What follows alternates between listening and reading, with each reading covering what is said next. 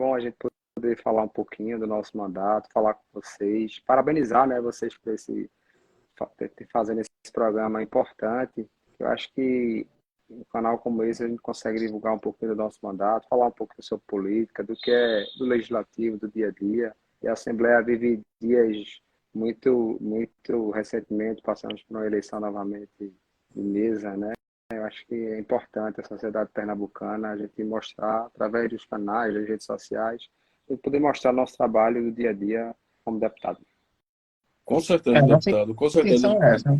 O dia a dia, Pode falar, realmente, a semana foi bem agitada, né? Com essa reeleição aí do presidente. Mas antes de falar de assuntos mais quentes da política, vamos começar um pouco mais leve, né, deputado? E falar sobre o senhor é autor daquela proposta, né, do título de cidadão pernambucano ao Diego Souza, né, ídolo da torcida do esporte.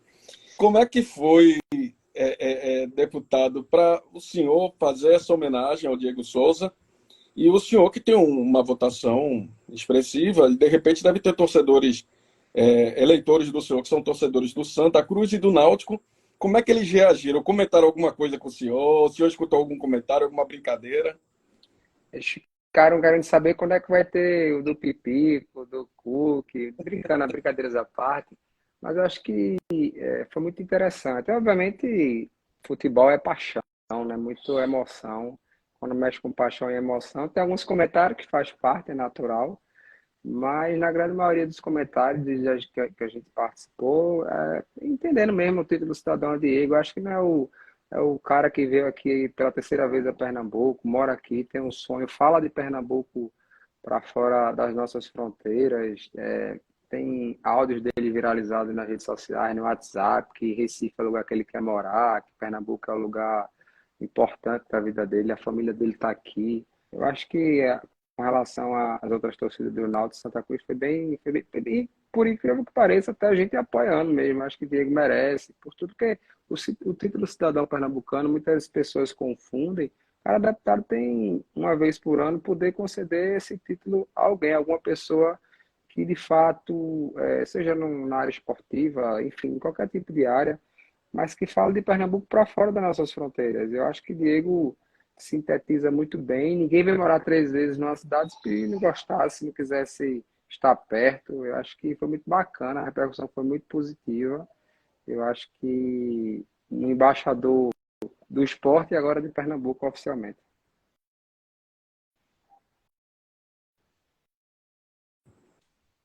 Júnior está no do seu mudo, Júnior. trabalho. Agora dá Foi o para. primeiro ano. Oi? Tá me ouvindo? Não, Tá dando para ouvir? Tá dando para ouvir. O seu primeiro ano de mandato, deputado, gostaria que o senhor fizesse gostaria que o senhor fizesse um balanço desse seu primeiro ano de mandato. Já está chegando ao fim do ano.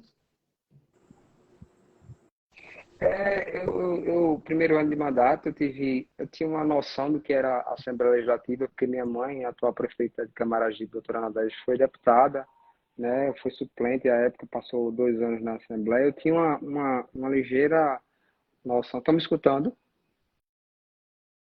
Tinha uma ligeira noção do que era aquele ambiente, não como um mandato, né? Mas participando em algumas deliberações com ela junto da Assembleia, mas com mandato é diferente.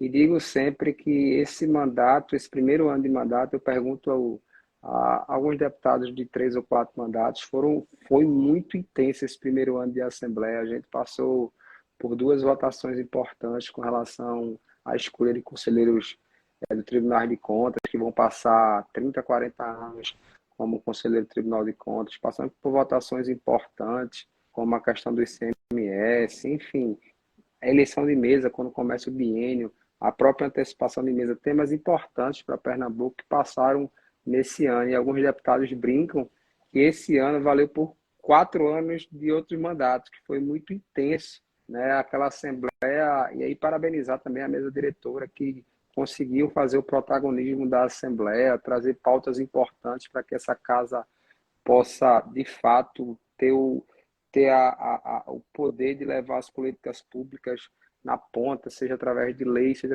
através de emendas parlamentares que foram reforçadas esse ano. e com a obrigatoriedade de serem executadas. Eu acho que a Assembleia nesse ano teve um ano muito vivo, muito vibrante, e acredito que nos próximos 3 anos vai ser nessa mesma pegada.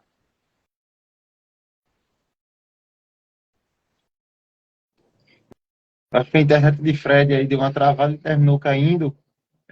Deputado, indo agora ao assunto mais quente dessa semana, né, na política, foi a recondução do presidente Álvaro Porto à presidência da mesa, né, da Alep. E para a presidência para 2025 e 2026. O senhor é autor da proposta de alteração do regimento interno que possibilitou a antecipação dessa escolha. A imprensa repercutiu bastante isso, né, essa ação. E qual o verdadeiro motivo que levou o senhor a propor essa antecipação? Não era possível manter para depois das eleições municipais do próximo ano? Por que o senhor escolheu justamente esse período?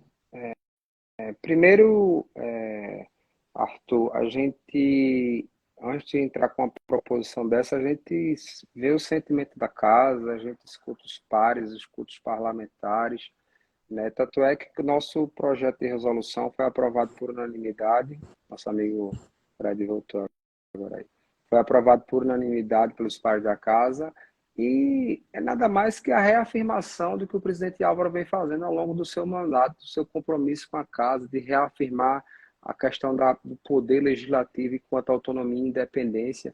A casa, entendendo isso, decidiu de maneira antecipada, né? Alguns falaram de questionamentos judiciais, jurídicos. É um pouco diferente de outras proposições que foram feitas em outras assembleias, porque em outras, que está sendo questionado, inclusive no STF, foram momentos distintos. A casa de Joaquim Nabuco, ela apenas antecipou uma coisa viria daqui a 1 ano e 10 meses, mas justamente antecipando, reafirmando o compromisso que tem do presidente e toda a mesa diretora de valorar esses compromissos que foram feitos lá atrás, antes de ele ser eleito, e hoje confirmados na prática, com 1 ano de mandato. Os deputados, na sua maioria, aprovaram essa resolução, e tanto é que foi praticamente no projeto de resolução antecipação unanimidade, e o presidente Álvaro, se não estiver enganado, teve quase 45, 43 votos, se não estiver enganado agora, porque também tem alguns deputados fora, mas eu acho que é a reafirmação da independência e autonomia com harmonia com o poder. Essa independência e autonomia não quer dizer que vai se chocar com os poderes, seja ele executivo, judiciário, pelo contrário. É só uma reafirmação que os deputados do bom trabalho do presidente Álvaro vem fazendo ao longo do seu mandato. Apesar dessa independência, deputado, a gente tem visto um bom relacionamento que o senhor tem com o Palácio, né, do Campo das Princesas, o bom relacionamento que o senhor tem ali com a governadora Raquel Lira, inclusive sendo propositivo, levando propostas para ela, que a gente tem acompanhado.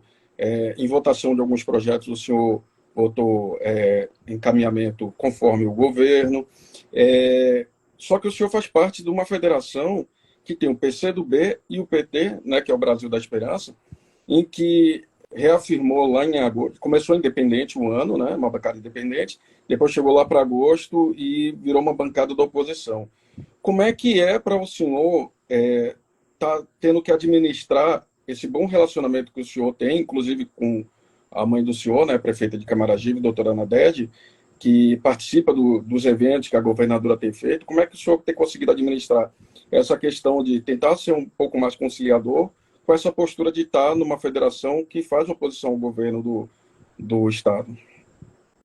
Eu acho que por mais que a gente faça oposição, a gente tem as pautas que quer que o nosso Estado ele cresça, ele desenvolva, né? Acho que as pautas importantes para o Pernambuco, como as pautas do pacote fiscal, que a gente conseguiu reduzir a questão do IPVA, acho que são pautas nem de oposição, nem de governo, é a pauta do povo, do interesse do povo pernambucano. Obviamente, eu sou liderado pelo deputado João Paulo, nosso presidente da federação, que se colocou na oposição. Eu acho que as urnas nos colocaram na oposição ao governo Raquel, mas as pautas importantes, que seja para Pernambuco, eu não tenho dúvida que a gente não vai tratar nem oposição nem governo, vai pensar no desenvolvimento do Estado de Pernambuco, que a gente precisa, né, alinhado agora com o governo federal, que vem fazendo gestos através do presidente Lula junto à governadora, para que possa esse Estado voltar a gerar emprego e renda, que é o único programa do mundo que pode levar a cidadania às pessoas. Eu acho que as pautas que forem interesse de Pernambuco, que possa trazer benefício, desenvolvimento para o Estado, a gente vai estar apoiando, independente de ser oposição ao governo, e com muita tranquilidade. E o nosso líder deixa isso muito claro. O líder João Paulo, a quem eu mando um abraço, e tem experiência suficiente para conduzir esse processo dentro da federação com a maior tranquilidade possível. Muito bem, deixa eu fazer uma saudação aqui para todos e todas que estão assistindo a gente nesse momento. Lembrar de seguir o plenário virtual aí no Instagram, né? Toda semana a gente traz uma figura da política pernambucana para resenhar aqui política com a gente. A íntegra desse bate-papo a gente coloca no nosso canal no YouTube e o principal trecho aqui no Instagram. Então segue a gente, compartilha aí. É muito interessante que a gente tenha esse feedback de vocês, né? Para saber se a gente realmente está fazendo um bom trabalho, se é isso mesmo que vocês gostam de ouvir da política, né? Temos uma forma informal de tratar aqui os assuntos.